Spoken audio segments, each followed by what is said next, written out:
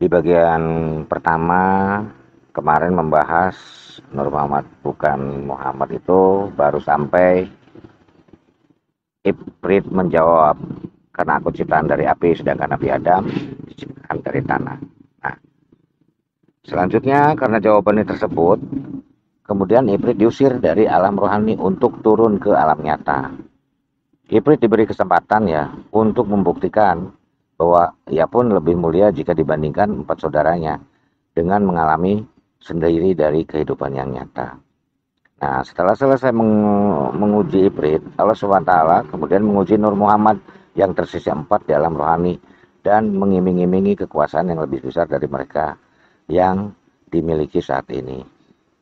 Ternyata Adam dan Eva pun memakan umpan tersebut ya, bohol deh itu ya, dan melanggar perintah yang maha mengatur, sehingga mereka berdua diusir dari alam rohani. Mereka berdua, Adam dan Eva, diberikan kesempatan untuk menambah pengetahuan dan kekuasaan yang mereka miliki dengan mengalami sendiri kehidupan di alam nyata. Dua yang tersisa di alam rohani, yaitu Nabi Khidir dan Malaikat Jibril. Mereka berdiskusi dan memutuskan bahwa salah satu dari mereka harus turun ke alam nyata untuk membantu saudara-saudara mereka. Nabi Khidir memutuskan untuk ke alam nyata secara sukarela, sedangkan Malaikat Jibril untuk tetap tinggal di alam rohani sebagai penyambung dengan alam nyata, ya, sebagai penyambungnya itu. Berbeda dengan di alam rohani, kali ini mereka harus hidup berbalutkan jasad. Salah satu yang mereka ciptakan sebuah gabungan antara roh dan jasmani yang telah mereka modifikasi.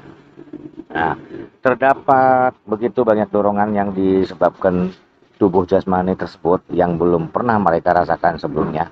Hal ini menjadi tantangan tersendiri bagi mereka berempat. Di samping itu, terdapat juga saling bermusuhan dan saling menyalahkan di antara mereka. Atas pengusiran di alam rohani tersebut, mereka tidak menyadari bahwa di dalam diri mereka saat ini dalam 7 lapisan, yaitu hati, nafsu, rasa, akal, roh suci, tubuh jasmani, dan pikir. Nah, berbeda ketika mereka berempat itu berada di alam rohani ya. Meskipun begitu, mereka berusaha menjalani hukuman tersebut sebaik mungkin dan berharap suatu saat Allah SWT mengizinkan kembali ke alam rohani. Ya, masih berharap itu. Nah, kemudian iman ahwat sekalian, setelah beberapa waktu turunlah perintah dari Allah Subhanahu wa taala bahwa mereka harus berkembang biak dan mengisi alam nyata dengan anak-anak mereka. Pada awalnya perintah tersebut tidak masalah bagi mereka. Secara perlahan-lahan namun pasti mereka berhasil membimbing anak-anak mereka bagaimana caranya bertahan hidup di dunia yang keras ini, ya. Nah, Nur Muhammad juga tidak ragu-ragu membagi kekuasaan dari elemen kepada anak-anak mereka hingga suatu saat mereka menyadari bahwa yang terlewat dalam percobaan mereka ketika menggabungkan ruh dan jasad, yaitu keberadaan nafsu yang mengotori tindakan manusia. Yang mengotori tindakan manusia itu hati, penentu tindakan manusia, roh suci, fitrah, pembersih hati manusia, nafsu, pengotor hati dan tindakan manusia. Ya, penyakit hati akibat nafsu yaitu iri, dengki, dendam, takabur, dan kikir. Ada 3 jenis nafsu. Nafsu rasa aku, nafsu minta puji, nafsu rasa suci. Anak-anak mereka makhluk yang disebut manusia yang memiliki kecenderungan untuk dikendalikan dorongan tubuh jasmani mereka daripada Tuhannya. Ya, ikhwan awat sekalian, sedulurku, setelah itu ketika jasad mati, ruhnya terjebak di alam nyata yang tidak bisa kembali ke alam rohani. Namun yang telah meninggal tersangkut di antara dua dunia. Mereka tidak benar-benar berada di alam nyata karena tidak memiliki jasmani, namun mereka juga jelas-jelas tidak masuk ke alam rohani. Ya, hal ini mengakibatkan seiring dengan waktu manusia semakin sulit dikendalikan karena mereka semakin terus bertambah. Nur Muhammad yang berpengalaman menciptakan alam semesta dan isinya ternyata mengalami kesulitan juga dalam mengendalikan kecenderungan hewani anak-anak mereka, yaitu nafsu tadi, hewan itu. Untuk menanggapi hal tersebut, masing-masing Nur Muhammad dengan cara mereka sendiri memodifikasi sebagai ruang dan waktu di alam nyata untuk menciptakan kantung-kantung dimensi sebagai tempat sementara untuk roh-roh tersebut. Elysium, Tartarus, Aspodelvich, Valhalla, Hell, Never, Shell, Alam Haba, Heaven, Paradis, Jannah, Jahanam, dan berbagai macam bentuk kehidupan setelah kematian.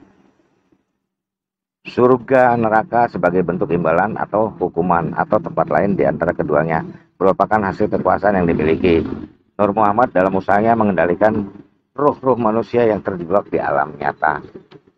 Ya. Namun hal ini hanya sebuah solusi jangka pendek saja. Berbeda dengan Nur Muhammad, manusia tidak memiliki daya yang cukup untuk melihat dengan jelas kekuasaan Allah Subhanahu wa taala dalam segala hal, termasuk ke dalam alam rohani yang sebenarnya. Ya.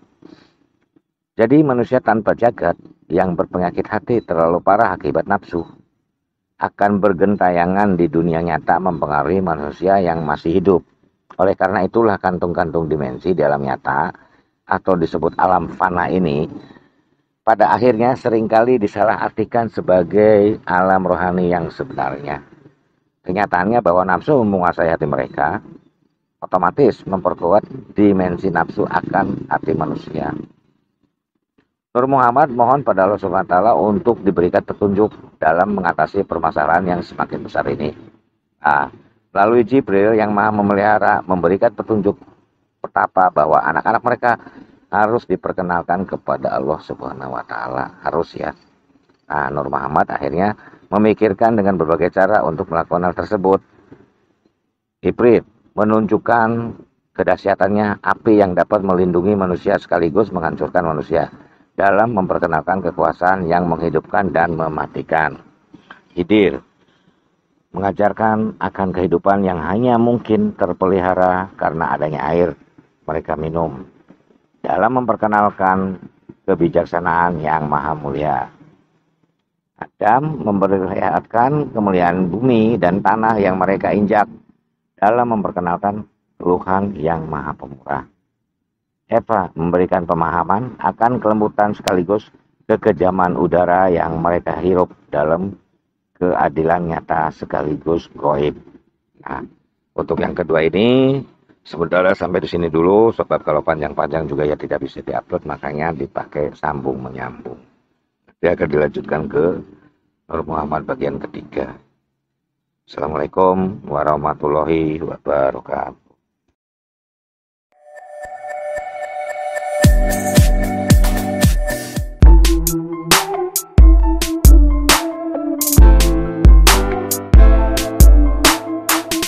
Thank you.